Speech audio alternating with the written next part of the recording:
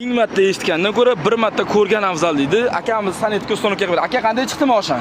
Moshin gap bo'lishi emas. Sanitarzam, yuzazam, stolarga gap yo'q hammalari. Hop, simlarni payat qilib berdikmi? Hamma narsa ko'rganimda bo'lgan. Bo'ldi. Tezligi ham vashi 125 ga bossam hozir 125 ga metandan indamasdan chiqyapti. Yo'q, indamay chiqadi. Demak, yaxshi tushar aka metan. Yaxshi.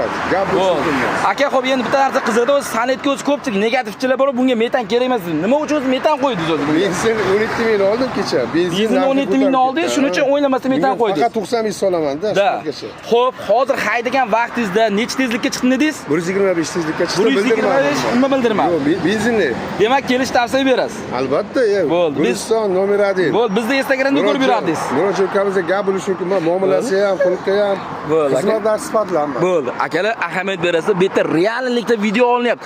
Aka, sizga bironta gapni ayting dedikmi? Hammasi reallikda. Reallik. Manzil qayerda?